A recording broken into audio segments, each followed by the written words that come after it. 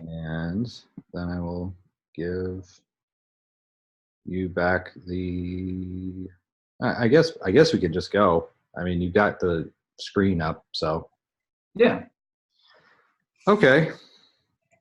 Welcome everybody to the second day of our onboarding seminar for general managers and coaches, if you want to call yourself coach. I am in lovely San Francisco. No, I'm not. I'm actually sitting in my chair in my living room from the San Francisco area, though. We do have a couple of new people tonight who are in on the call. We have Nathan Nolte from the Appleton area. He was unable to be in the call last time because, like I said, literally his invite got stuck in the spam filter. It got stuck in the mail. And then we also have Tamara. And Tamara, I don't know where you're from, but Nathan, if you want to give just a quick, brief overview of yourself and your experience with esports, maybe what game that you enjoy playing. Sure. Nathan Nolte. I'm from Fox Valley Lutheran High School up in Appleton. We are going to be brand new to esports this year, a brand new program that I'm going to be starting. I can't consider myself really much of a gamer, but I'm really excited about giving this opportunity to kids. I've been leading with a robotics program for a long time here at my school, so we're expanding to add this as well. So we did some interest play nights at the end of last school year. We had about 40 to 50 kids showing interest already, so I think we're going to have a great turnout, and we've got a lot of students excited about the program. And you also do Project Lead the Way, because I saw the shirt. Is that correct? That is correct. Yeah, we have all three of the high school Project Lead the Way programs. Perfect. Very nice. Well, welcome. Thank you for being here. And Tamara, would you take a moment to introduce yourself and your involvement with esports and maybe what game? Oh, Nathan, is there a game that you enjoy playing? Sorry, before Tamara. You know what? Probably my favorite game of my own is Mario Kart. Okay. But I don't have a lot of experience with any of the league esports games, so I'm learning all that as I go. All right, perfect.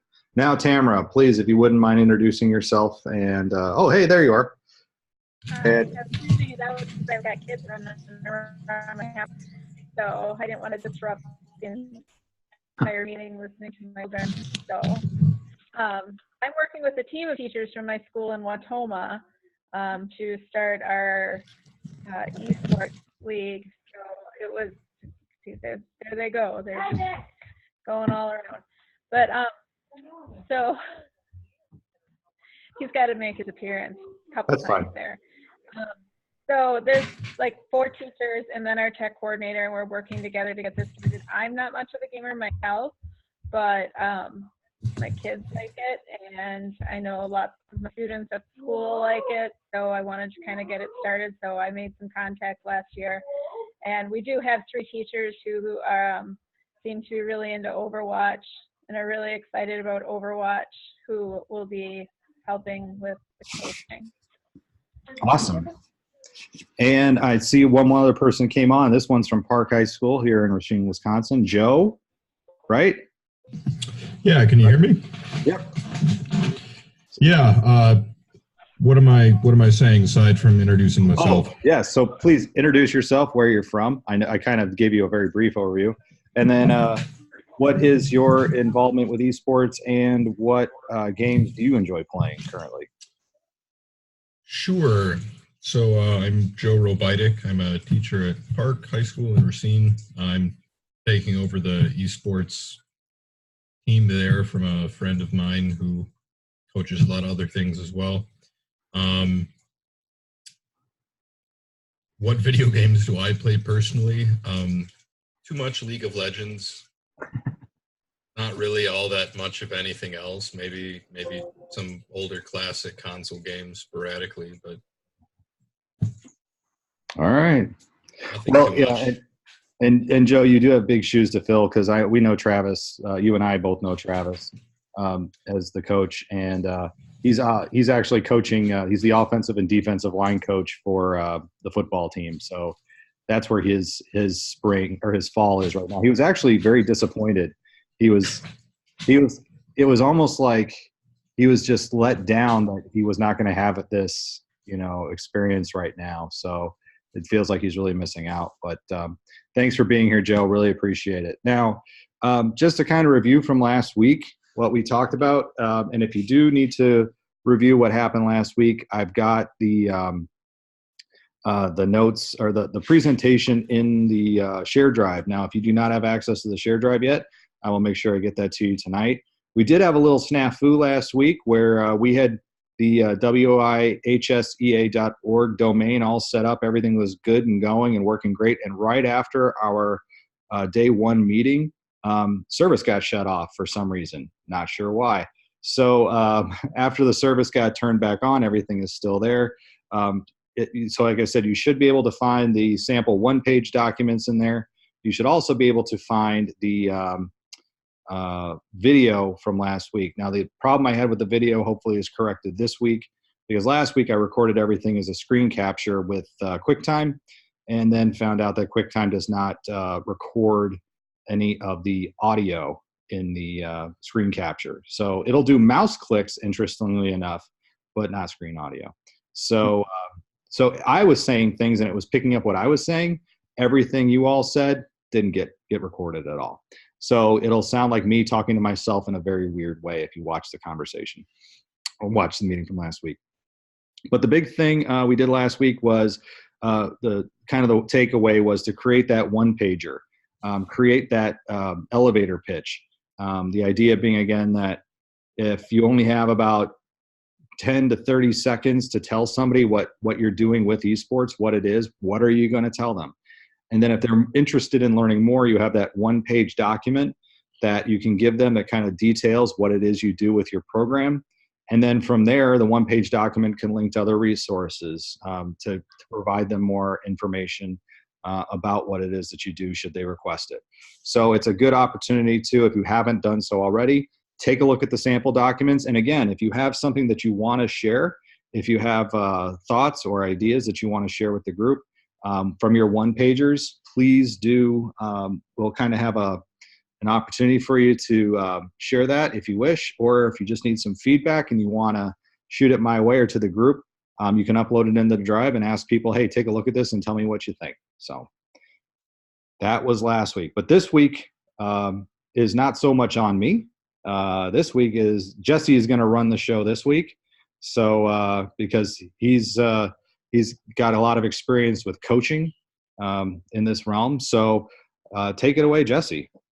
Awesome. Thanks. So everyone who is new, I'm Jesse Schwingle. I'll actually be taking a different role this year. Last year, in the previous, I was the esports coach in Ripon. So Tamara, not too far from you. And so you might want to get in touch, kind of a side note, with Montello. They've got a program, so that's not too far away from you to set up some scrims and stuff, you being in Watoma. But, and now I'm at CISA 10 over in Eau Claire, Chippewa Falls, Wisconsin.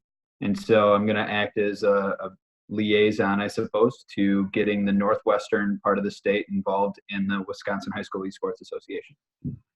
So it's a totally different role, but when we were at our big collaborative meeting, I think James had spoken out about doing some sort of onboarding and really helping the new coaches and new advisors and new schools out. And so in my role naturally now, I figured it would be the best route to go and be on the onboarding committee. So for those of you who missed last time, right now, the Wisconsin High School Esports Association is comprised of a plethora of individuals with various backgrounds. And just by listening to what you guys said, that definitely holds true. But ultimately, we'll have a love of gaming, competition, and education. The education part I'm really going to touch base on today. We are all collaborating to provide an authentic, legitimate education environment, producing scholar gamers. And I will also highlight, and at some time, turn the ball over to James there to talk about scholar gamers and the importance of the definition and what that is. So two of our onboarding team isn't here. They'll be here next week, and that's Justin Watson and Tyler Sarbacker. They'll be hopefully here next week to help us out. I wanted to put on here the mission and just kind of look at how it's phrased a little bit. Once again, we talked about this last week. And so the Wisconsin High School Esports Association governs, supports, and promotes the growth of high school esports through community development, advocacy, equitable participation, and interscholastic competition to enrich the educational experience. And James had mentioned here last time when he had shown this that there's nothing in here that says video games. And, you know, though they are playing competitive video games, it's important to understand that we are looking at education first, and then we're really trying to tie in their interest and passion of video games into education. And then this will carry on into secondary, post-secondary education, which I'll touch base on as well. The agenda today, we got through the introductions. We're going to take a look at coaching expectations, potential practice expectations, and then I'll go through a few examples. And then those of you who have some experience, obviously chime in, and then questions. Now, James, with Zoom, there isn't like a back channel, is there, for typing questions? There is a back channel. There's a chat feature within Zoom, and if you look, if you move your mouse around, if you're on a desktop, you should be able to scroll around and find the chat at the bottom. I can monitor the chat for you and see if any questions pop up in the chat or try to address anything in that. Yeah, that'd be awesome. Cool, thank you. Mm-hmm. Last week, and James had just touched base on a few of the things that we talked about. What is esports and kind of coming up with a definition of that. But really the takeaway here, which I thought was really cool, and I'm a big Game of Thrones fan, even towards the end, judge me if you will. But it's the many-faced sport, and it doesn't matter your gender or affiliation. It's anybody and everybody can play and compete. And that's something that you don't see in any of the other major competitions because it's separated by gender or by age. And this is 9 through 12. You do have varsity and JV, but everybody can participate. And then the equitable part is very important. So you could be rich or poor or in the middle. This is still something you can participate in because it's through us at the education system. So, and then what do you want to accomplish? We asked that question, and this led to the Racine James example there of he had 5 things that he came up with what the Racine Unified School District wanted. That was to redefine athletic culture, diversify opportunities, increase in collegiate and career pathways, promote good mental and physical health, and then honor the importance of play. So really emphasizing, why are you doing this? If it's to promote professional gamers, I don't think this is for you. Okay. We want kids to, expand and get out of their basement and sit in sedentary positions for hours on end. It's to promote, collaboration and really that team bonding experience on top of what you get out of a serious competition and make it legitimate. And then this led to our one-pagers, which we talked about is kind of your sales pitch. You can give this sheet of paper to whoever and it explains your mission and your goals. So today, what we're going to talk about are general coaching expectations. As some of you expressed, you yourself may not be a gamer, and that's totally fine. There's different roles that, as the adults in the situation, we can play.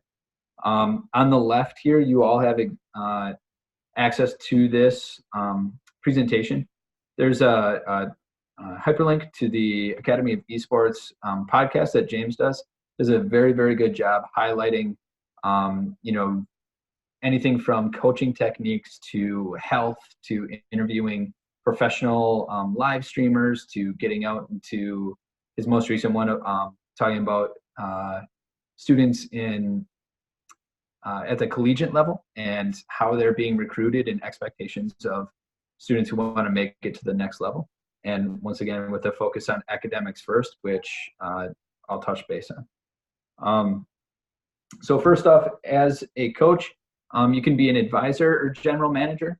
In this regard here, what you are going to do is this is primarily going to be someone who is maybe not going to coach the day-to-day, how do I want to say this? You're not the professional at the game.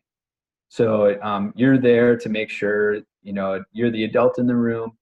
You establish a place for students to compete.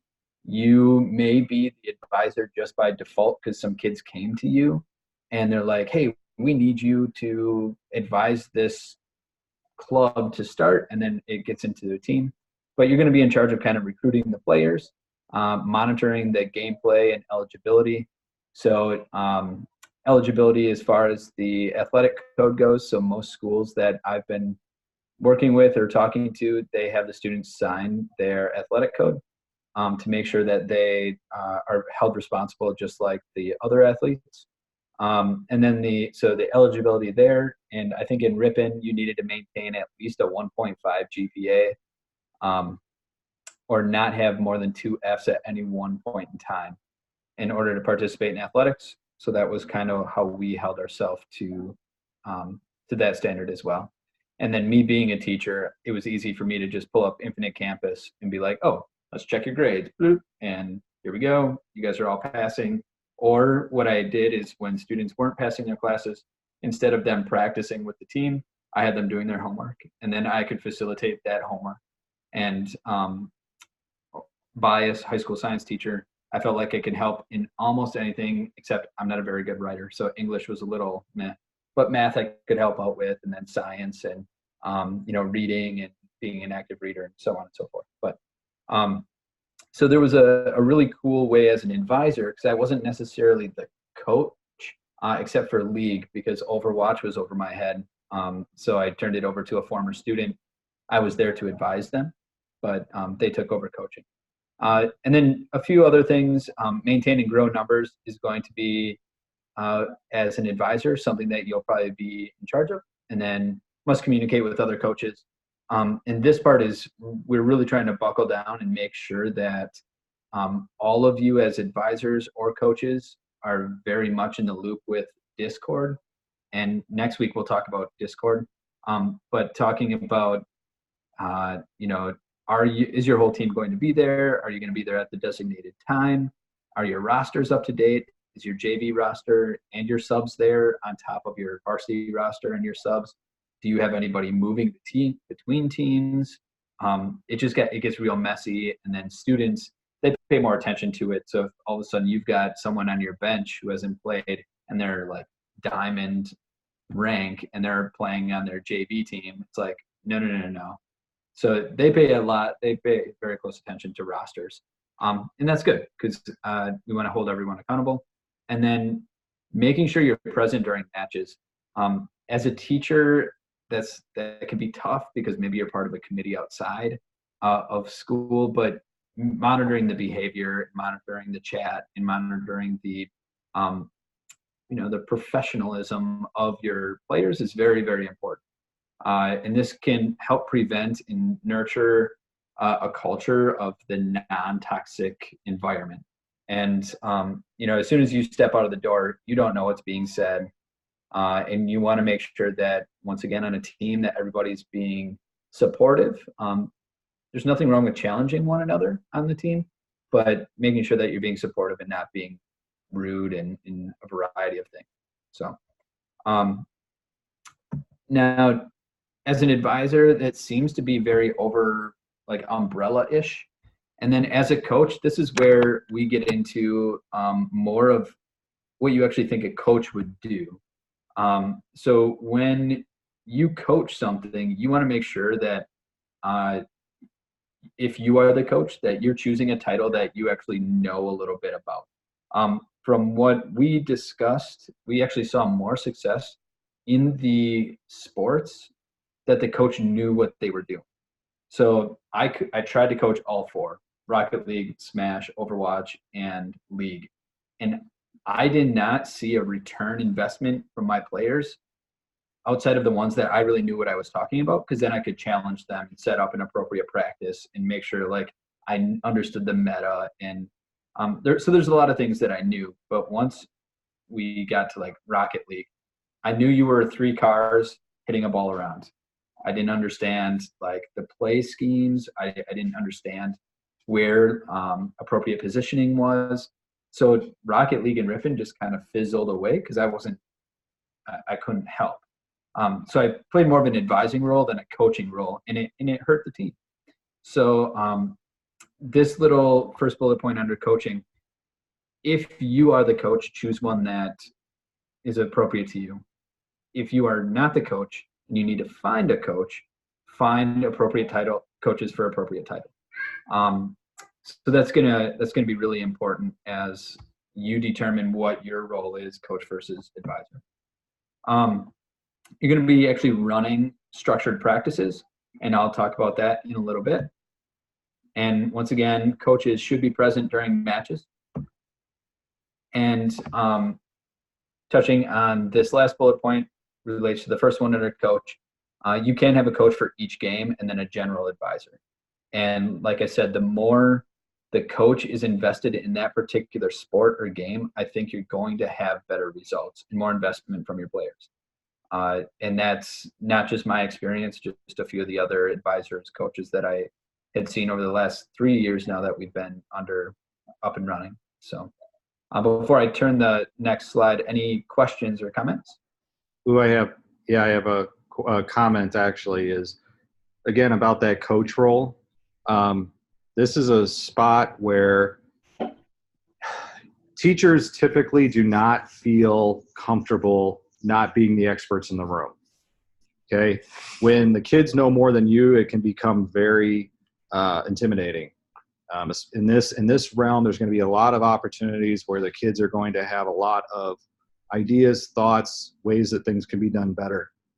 So when you're thinking about who's going to coach your teams, a lot of times what happened was the people we would normally designate as captains of the teams became the ones who were the coaches, with the adult being, as I said, the general manager. So I was looking at that advisor general manager role. So it was very rare where the adults knew the games better than the kids. Now, Jesse, your expertise was League of Legends. So that's something where you might take on more of a coach role. But again, as you heard, the Rocket League one kind of went away because while trying to tackle being a coach, it wasn't successful. So this is where you as a teacher, you remember when people always, would talk about the art of teaching. There's an art to this. And some of you are going to paint better than others right out the gate. And it's going to be a matter of you finding how you're going to really find your flow in this. Anyone who's participated or been coaching have anything you want to add to this component? All right. I got a question. Oh, yep, go ahead. On sort of the actual official match play within the different sports, which of these is going to be like an official, like there has to be a reported person for it? I would assume the advisor, that has to be the adult that's going to be in charge of the contact between the teams.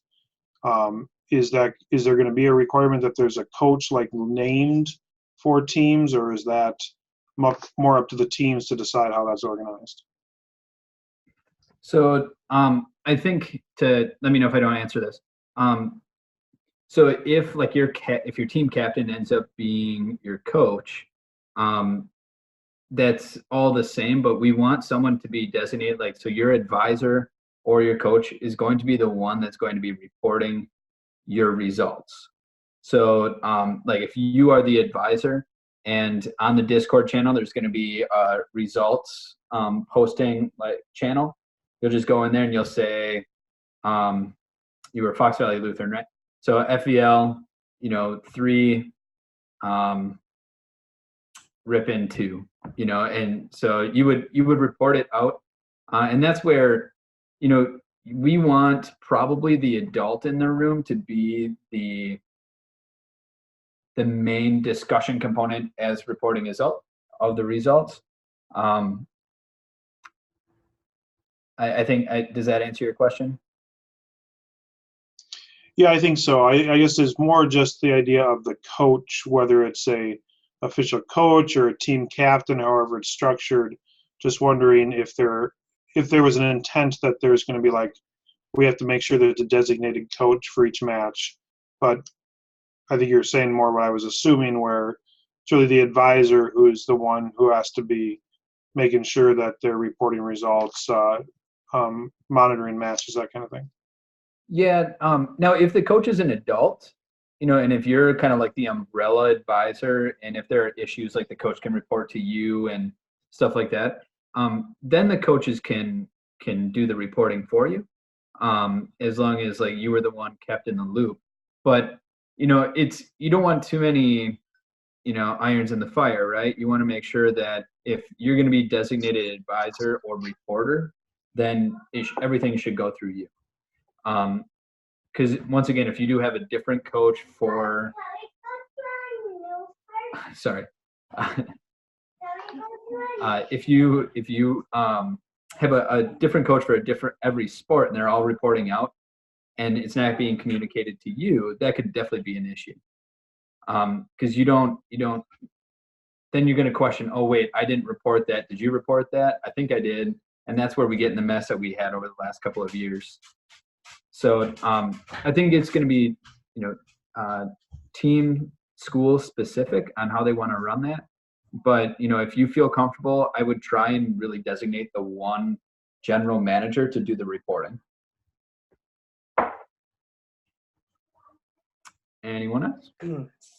Just so I'm understanding this correctly, it seems that most of you are coaches and general managers for your teams.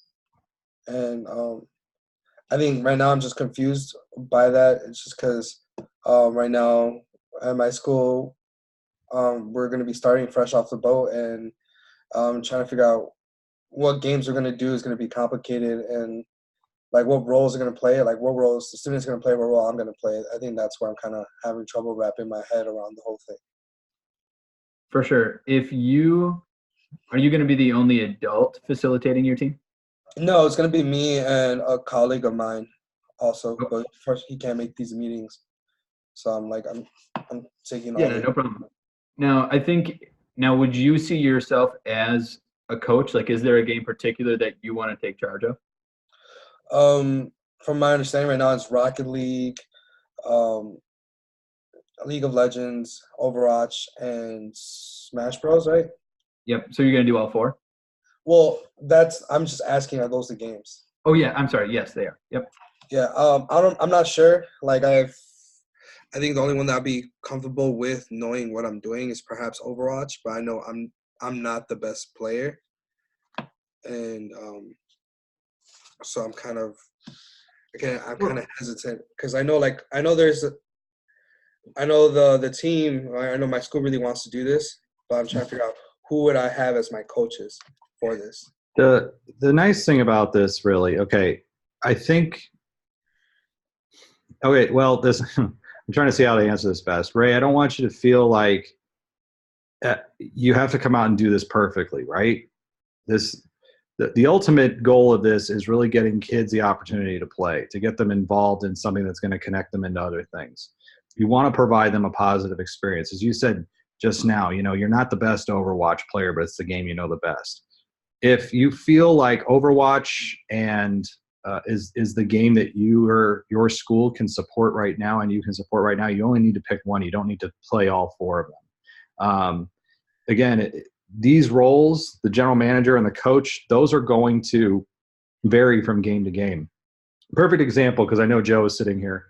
Travis Witt, who is one of the coaches at Park High School, really great Smash Brothers player, really enjoyed Overwatch, had no clue what to do with League of Legends, right? So there was a lot of kind of hand-holding. And Rocket League, we actually turned Rocket League over to somebody else to coach. But he was still the one who established the place to compete. He helped recruit players. He helped monitor gameplay and eligibility. He helped keep communication going, and he was present for all their matches. So there's going to be some flexibility in the roles depending on the games that you're playing as well too. Amy just posted a question into the group chat and said, is there a schedule yet? Start date. I need to know how long I have to get everything organized. Start date we're looking at is the week of the 23rd, I believe, of September. But the schedule is not posted yet because we're still figuring out which teams are still coming into the conference. So you'll have a couple of weeks to kind of get some things organized.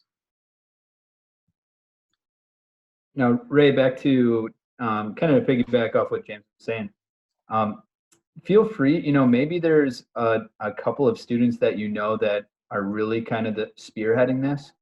And if they are going to be maybe a team captain, or if they just want to be a coach and help facilitate, students can act in that role because they may be the specialist, the professional. Don't think that you have to put it all on your shoulders or your colleagues' shoulders to really kind of coach it all. And that's where you could take over as like a general manager and just make sure that practices are being run and it's not just a free-for-all, and that your coaches are coming in with a game plan for practice. And that way you don't have to come up with a game plan for practice, if that makes sense. So, and yeah, don't think that you have to do all 4 games. If you feel comfortable and your colleague feels comfortable, both of you doing, well, actually, if it's 2 of you, we don't have all 4 running at the same time now. So it's going to be Overwatch and Smash in the fall, and then League and Rocket League in the spring. So you don't have to juggle all 4 games simultaneously, which actually works out in your guys' benefit, especially if you're new, because now it's only 2 games at a time rather than all 4. And so if you do have a colleague or you have a student who really wants to help you out, it's significantly more manageable. But I think if you're going to be the primary go-to guy or girl, make sure that you then assume the role of the general manager, and you're going to be the one facilitating the communication between the other schools. So you said Overwatch and Rocket League is in the fall, and then League of Legends. No, Overwatch and Smash Bros, and then League of Legends is Rocket League in the spring. I believe. Yep. Okay.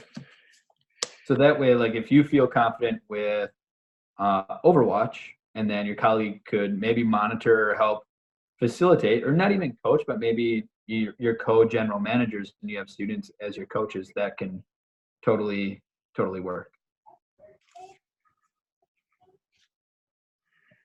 Any other questions at all?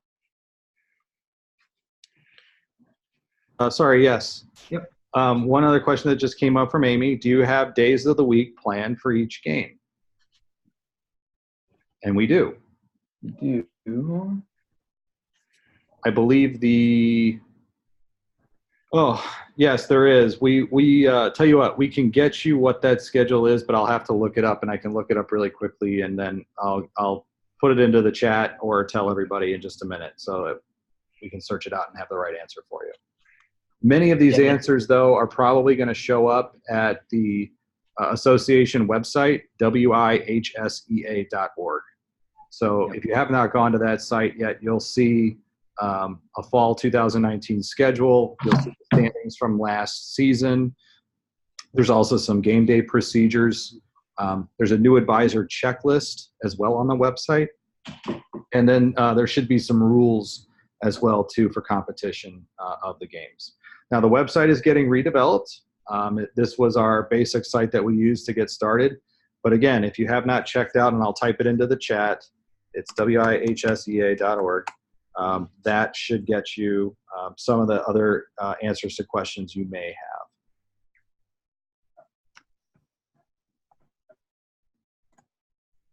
have. So as we move forward looking at practice, you want to make sure that you're going in with kind of a growth mindset. I know for a couple years now, in that if you are a teacher, that's kind of been a little bit of a buzzword or buzz phrase. But what it speaks to is very, very, very important. And that is not, and really what you're focusing on is that you always have a goal, okay? And that goal needs to be established. It can be an individual goal, which you probably should have, and it should also be a team goal. And so what are your goals for practice? Something like, what are your deficiencies? So like, where are you guys struggling as a team? And then that could also mirror what you're struggling as an individual. Communication is a big one, especially in League of Legends, paying attention to the clock, knowing when certain things are respawning, making sure you're timing out wards, making sure you're timing out a variety of things. That at a team level, very, very important. But also if you're controlling a certain character, knowing when your refresh rate is down, like almost having all that stuff down, it's a science. And so maybe that's what you want to practice. So always have a goal, and then always provide structure. Okay, so what is your plan of attack to minimize your deficiencies? So like, do you have specific drills going on? Do you have in Rocket League, you can do modifiers, so you can really kind of manipulate the arena. So you want to focus on, the airplay a little bit more, or if in League, just going against bots. And I know it seems kind of weird being someone who's played a lot, but I was not a very good carry. I was in a very good ADC. So I just spent a lot of time farming and like, how do I build my CS, and how do I do that with each of the champions? And so those are just silly things that you can do. After you've established your goal and then the structure on how you want to achieve your goal, reflection. I think reflection is one of the most underrated skills, or not rated, but one of the skills that is missed so often in the development of our students. Why did it end the way it did? For the positive or the negative. So did you meet your goal? Yes, you did. Okay, so what's your plan for the next time? Did you meet your goal to its full potential? And then have you made enough progress to move on to your next topic? And then actually modeling how to reflect. So many times with my kids, I'd be like, so did we do it? And they'd be like, yep. And then they start packing up and go. I was like, no. Like, let's go through the process here. Like, how did we achieve our goal? And over half the time, we'd find out that we didn't meet our goal, because they just like, oh yeah, we played and we won, or that was our goal, was to win. But was it really just that? I don't know, James, if you want to add to the growth mindset discussion at all. No, I think you pretty much got it. Awesome. And then one of the key resources that I would really kind of take a look at too, outside of our website, is the North American Scholastic Esports Federation. There's a ton of really good information there. They do, I think James has been a part of it. They do a lot of training, not only with students as scholar gamers, but also coaches. They've got a really good community built now for discussion. So I have this hyperlinked right here to take you to that website. But to make sure like you are hitting checkpoints for yourself, we want to make sure that we're keeping ourselves in check as advisors and general managers. So are you understanding the association rules, the game rules, and then the athletic code, helping create an effective coaching and trading methodology? I'm going to go over 3 different ways that you guys can run a practice. Supporting players in creating and tracking individual and team goals, and then providing feedback. The supporting the players in creating and tracking individual team goals, not that they have to necessarily document it, but you might want to, so then you can really track where you guys started. Because I guarantee you guys are going to hit a rut at some point, and you need to show them where they've come from, and always reflect back onto that is going to be very, very important. And then that just goes with providing feedback. Ray, you had mentioned, there are going to be some games that you're not comfortable with. So how do you provide feedback on something you don't know if they did well enough or not? And that's where you as a general manager, you're okay in not providing that instantaneous feedback. But having coaches, or once you get ingrained in the culture, I think you're going to really pick up on how to provide feedback on games that you're not super familiar with. And then creating a culture of constructive reflection practice. And that just goes back to making sure that you're always ending your practice. You're always ending your practice with that piece where they actually are taking something away. It's not superficial and skimmed over. This is making sure that they know practice is done because you've had a very good conversation about what you did that day and where you're moving. And supporting conflict resolution or the toxicity. This character building piece is super, super important. All of us are exposed to a certain amount of toxicity throughout the day. Maybe it's in our profession or our social life. Students who play solo queue or even with their friends, they're exposed to this, and how you deal with that prevents them from tilting, prevents them from just going down a hole where then they're like, screw this, I don't want to play anymore. It seems weird and kind of odd, but this toxicity piece is very, very important in how to coach your students through that. So one of the big successful things we had this year, I think, and this is data I just took from my team, and I know that some other people kind of didn't collect specific data, but they kind of got the same reports from their team. As part of the association, because there are adults in the room, because we're hearing things on both sides, the reports I got from kids was toxicity was very low. And if there was any of it, it was handled appropriately. Like this was not something that was allowed to fester and happen in quiet spaces. For a long time, we as adults and educators, we kind of left these online spaces, these digital spaces to kids. We didn't enter into these spaces. What we're doing is we're putting ourselves smack in the middle of a space and saying to them, this is how you should be acting. This is how it should act. And if there is any toxicity that you're picking up on, kids are calling out their own teammates, kids are out calling out other kids online.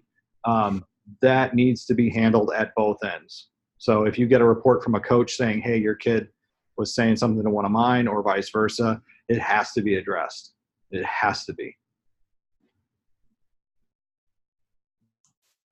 Any questions on what we've gone through so far? I also put the link to the, I know you put it in the presentation. I also put the link to the North American Scholastic Esports Federation in the group chat. So do you have anything you want to add to them, to the North American Scholastic Federation? Totally free to join. They do run tournaments. You don't have to do anything with their tournaments. If you just want to get at some of their resources or you want to get onto their webinars, it's best to just get yourself registered, and that way you're kind of in their database. But there's no want to participate. The nice thing about their tournaments is that there is a they do some other ones called they call them extra credit tournaments. They're very short. They'll run for 2 to 3 weeks, and they're usually around games that aren't very large. So some of the smaller games that might not be typically played, or they'll do something like a 3 versus 3 Overwatch tournament. Typically, Overwatch is played by teams of 6. They'll run a smaller tournament. Nathan asked the question, are there plans to have a formal reporting mechanism for dealing with toxicity? Right now, the only plan that I know that we have in place as far as toxicity is that it's reported between teams, and it's usually handled in-house. There's nothing that we've had to address yet as far as an organization with regards to sanctioning or anything like that, I don't think. I know we've talked about it, but there hasn't been any formal rules set up as far as how do we deal with this as an organization. So right now, things are left to schools to kind of make sure that normal student code of conduct is followed in these regards. Yeah, I think in most athletic codes, they're going to have a sportsmanship kind of clause or component to it. And that's kind of, we're expecting schools to follow their school's plan. Now, once again, just like James said, most of the games you're going to be able to see that in text. I also had like a headset on to kind of listen in on what the conversation was being said amongst my own team. I didn't do that all the time, but every now and again, I would just kind of chime in and I'd sit by them and listen in. Because whether they're mumbling something under their breath, like it's just those little like pokes that, you know, they're poking the bear, and eventually, you know, you just don't want that explosion to happen on your team. And then, like I said, most of that's going to be, since it's PC based outside of Smash, you're going to be able to see the text and the conversation being had. The next slide here has two different kind of layouts for practice. The one on the right here, significantly more, not complex, it's just got more checkpoints. And so James had this one here on the left that he had used, and just kind of how the practice is established and run. And the only reason I'm not going to spend too much time here, just because I think how you want to orchestrate your practice is going to be on you, but you should always keep in mind that you have like an introduction to practice. You want to make sure that you establish your norms and expectations for practice. It shouldn't just be go in and play. Like if that's the culture that you want to, you know, really allow for your esports team, you're just not going to have the success. And it might as well, and I may be kind of talking from my own personal bias, it's kind of like a club, like intramurals, just like for fun, where then you have like your next tier competitive, like you want to dedicate the time, you want to dedicate the resources. And so that dedication, the kids want to dedicate it. I think as a coach or general manager, you want to also facilitate and demonstrate, model that sense of dedication. So having a plan for each practice is going to be important. But get the feedback from your students and from your competitors, because they're gonna be like, man, we really need to work on this. Be like, oh, all right, we can work on that. Don't think you have to do that on your own, especially if you're not familiar with the game. And that's where, you know, I heard a few of you already say, I don't know what to really do. And that's where I think not only the resource that you will have once you get on the Discord, but right here in our group right now, we can bounce ideas off each other on how to run practices for Overwatch or League, or pay attention to the meta. Once you get on the Discord, you'll see people are talking all of the time and just paying attention to what's being said or posting a question. And once again, Overwatch, I'd like to play. I'm not very good. I couldn't coach very well, but I knew I was the coach. So I posted questions to our Discord all the time. I was like, hey guys, how are you running practice for this map? Do you do anything in particular? Or I would always kind of post things out. And we're a pretty good community of supporters. And so if you don't know what to do, we can help. But these are two different ways that you can kind of map out a practice. And just personal experience from coaching volleyball for the last 6 years, all of my practices I had on paper.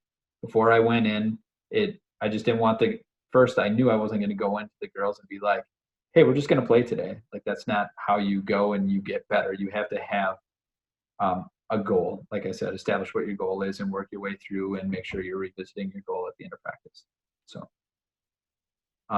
any questions about what you see on this page here? Here's one I just thought of. I see on that list there, asking a player what name they prefer to call. I understand that, just to be able to call them by their preferred name. But it made me think of, what do you do when you talk to students about like gamer handles? Oh God, that's a great question. Yep. Oh yeah. Jesse, go ahead. Yeah, I was just, I think in one of and I pulled up our meetings from the summer, and we actually have like a bylaw within our thing about the naming and the appropriateness of your gamer tag, and how if you're not familiar with character names of a certain game or how it sounds when you're saying it, like sometimes as an adult you don't catch it, you know, and the kids are aware and they're giggling in the background. So you know, you may not catch it right away, but it will be caught, and students have to change it. So all of their in-game names need to be appropriate. And if you don't catch it, the kids on the other side usually will and will report it. Also in the Discord server, I know that there were kids who were bounced out because they had completely inappropriate names even on that social media. the thing we need to impart with kids, if you didn't, I'm not going to promote my own podcast, but I will for this. If you listen to the episode about college recruiting, especially because we're talking $100 million in scholarship money in the next 4 years, the kids' social media is going to be scrutinized. These small colleges, especially. I'm not talking about the big ones. I'm not, even the big ones are going to do it too, but the small ones, especially, when you're looking at the potential of getting $10,000 to $20,000 a year for scholarship money, they're going to scrutinize their social media. And that includes looking at their game streams. That includes looking for how they interact. And that's going to include simple things like what's their gamer tag. Because what a lot of these coaches at the colleges are going to ask kids to do if they are interested in having them play is they're going to say, hey, jump in a game with me or with our team, and I want to see how you interact with our teammates. So that gamer tag will be put out there as well for everybody to see. So it is important that, if you have any questions about the gamer tag, do ask the students about it. As your season starts off, say to them, look, Blizzard, I think, allows you to make one username change, and then it's like it costs you money. Make sure they're picking one that is appropriate, or else they're going to have to either create another account or they'll have to pay to have their account name changed. Yeah, the digital citizenship, depending on the culture of your school and how you practice that. Even currently, people are being hired or not hired based on what they're posting on their social media. And so to get that started, and that's also like a good selling point for your school, is be like, hey, we're helping monitor student behavior and making sure that their digital footprint is appropriate now at the freshman year, or even if you have middle schoolers starting to play with your esports team. Very, very important, because like James just said, it will have a potential significant impact on your future. I got caught a few times reading out a couple names. I think maybe it was Mike. He was shoutcasting and said a name out loud. He's like, wait a second. Oh my gosh, I can't believe I just said that. So reading it, you may not see it. And then once you say it out loud, I just hope it's not too late. So there's 3 different types of practice you can run.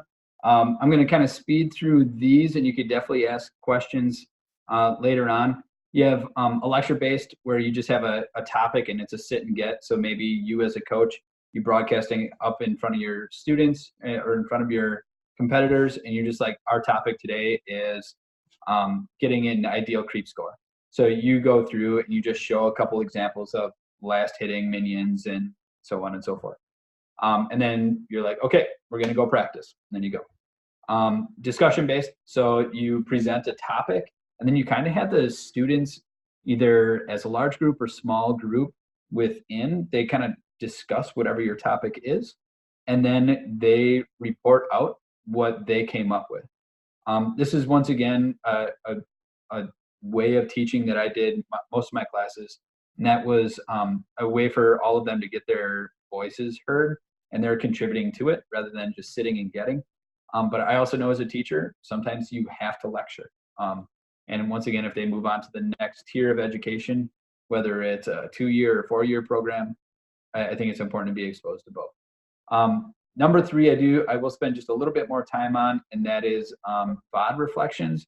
And that's students recording their gameplay, and they record their voice. So pretty much they record their game or a chunk of their game, and then they do a voiceover, and they reflect on what their thought process is. I've watched a few, actually quite a few people do this online, and it actually made me a better player by not just watching them play, but watching them play and then listening to their thought process. Be like, oh, they're doing this because that's the next place you go, not they're doing this. Well, I'm doing this because I want to make sure that there is not an individual here. I'm dropping a ward here because in 30 seconds, they will be coming this way. And like the thought process versus doing and hearing that is huge. And if the kids don't know why they're doing it, that's a part of them that can grow. And it just adds into that reflection piece. So this is a great learning opportunity. you can let the students know, or you can choose, and if there are volunteers, if they want to show their reflection as practice. So, they go through and they're like, hey, this is where we struggle. This is where I struggle. Let me show you this. And then it's another growing portion. And this also translates into what was mentioned in James' last podcast. I directed a few of my students to berecruited.com. There's a link here that takes you right to the esports portion of that, and students can create a free online profile where they can upload their videos and kind of like their own personal recruitment package, and then they can share this with colleges and college recruiters. And we want to make sure that with this in mind, it's just not a highlight reel, because it's easy to make yourself look good just by cutting and piecing pieces together. Like, that's why the reflection piece and the voiceover is very, very important, because then it shows the thought process. And that's really what I think is going to make them better. But if you're going to use this for recruitment, just like James had said, they want to know how you're growing. They want to see the growth. They want to know that you have room for growth.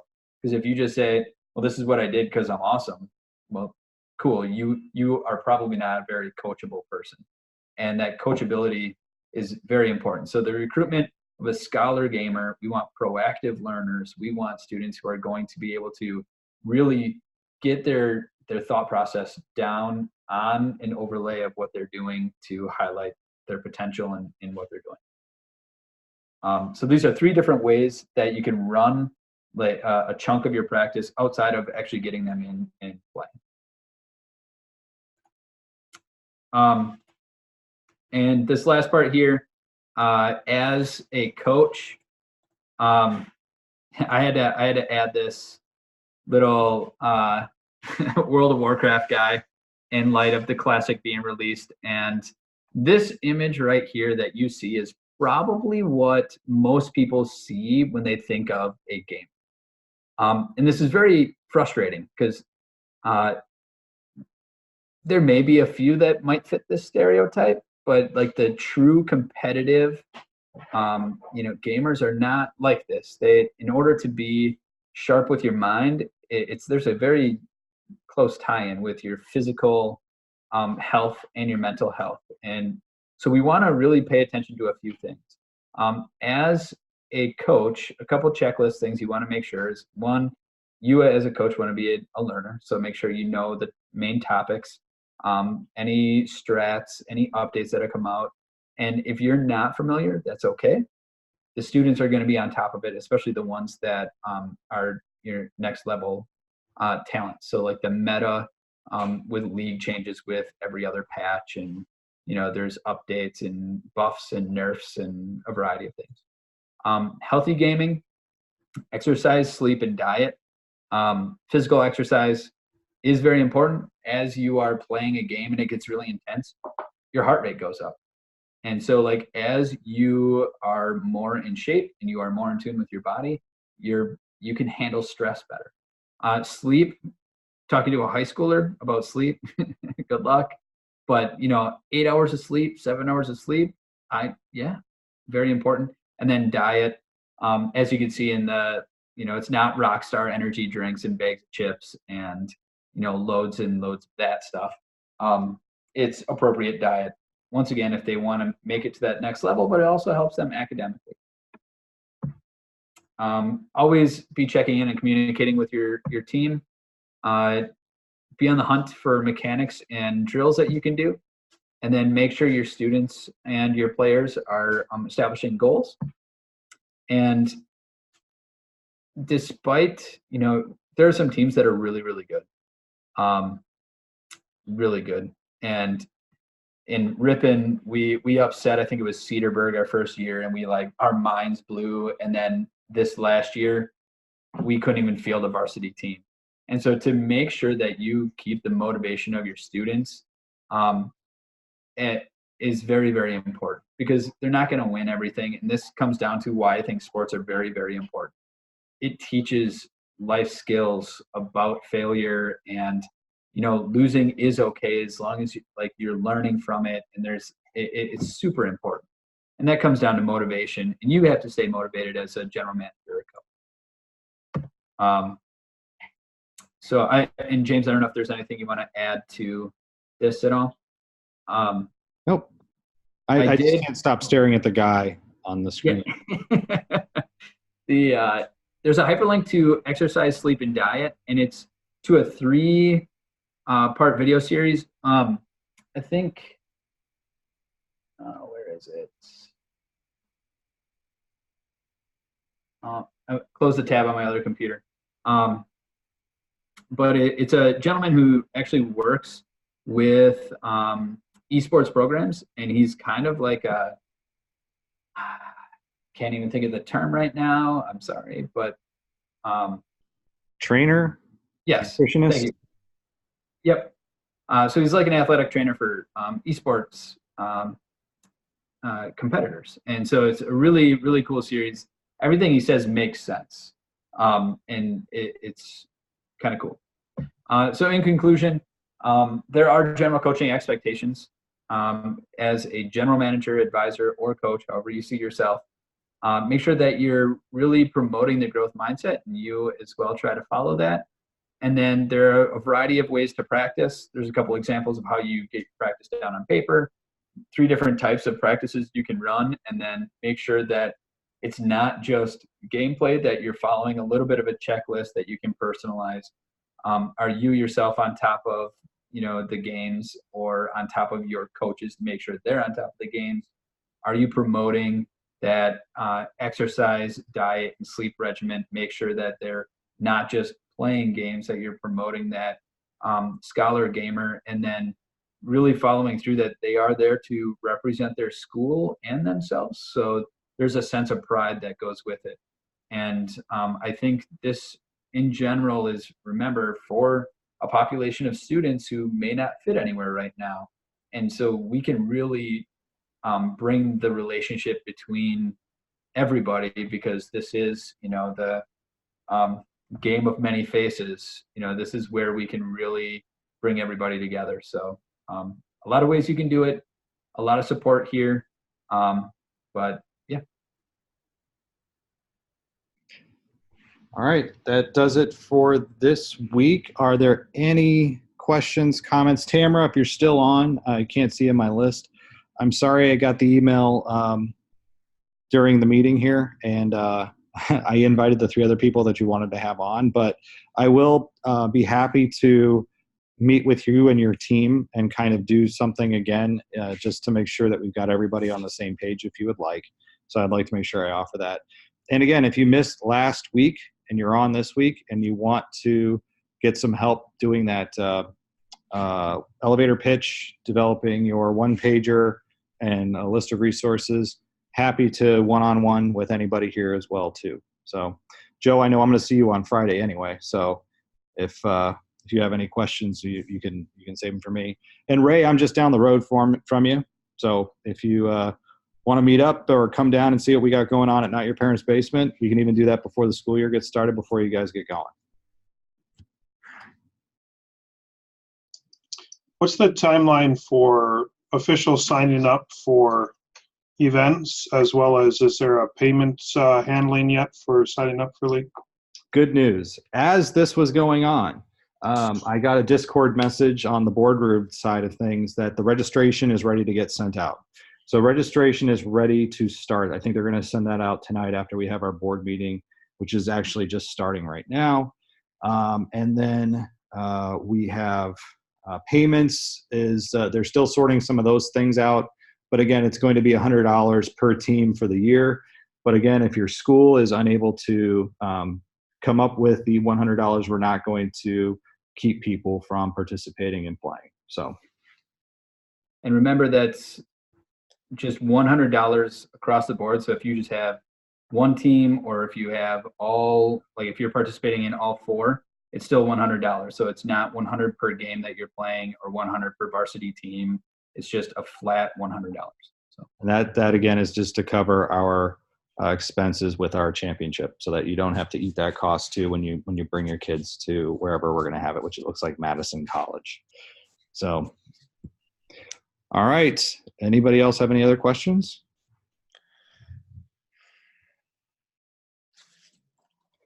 All right. Same time next week, we'll have Justin and Tyler here as well. And again, if you need anything else, just reach out to us and we'll be happy to help. Thanks a lot, guys.